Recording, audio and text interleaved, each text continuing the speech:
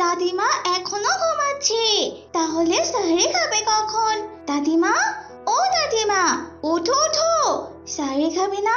ওঠো, এই দেখো, প্রতিদিনের মতো আজকেও আমি তোমার আগে উঠেছি, তুমি দেখেছো?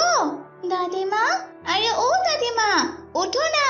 এ কি রুকাইয়া বুবু, তুমি তো দেখছি উঠে গেছো। আসলে শরীরটা খুব ক্লান্ত লাগছে, একদম উঠতে ইচ্ছা করছে না। ও, এই ব্যাপার বুঝি। একে দাদি, তুমি ঘুম থেকে উঠলে অথচ তুমি ঘুম থেকে ওঠার দোয়াই বললে না।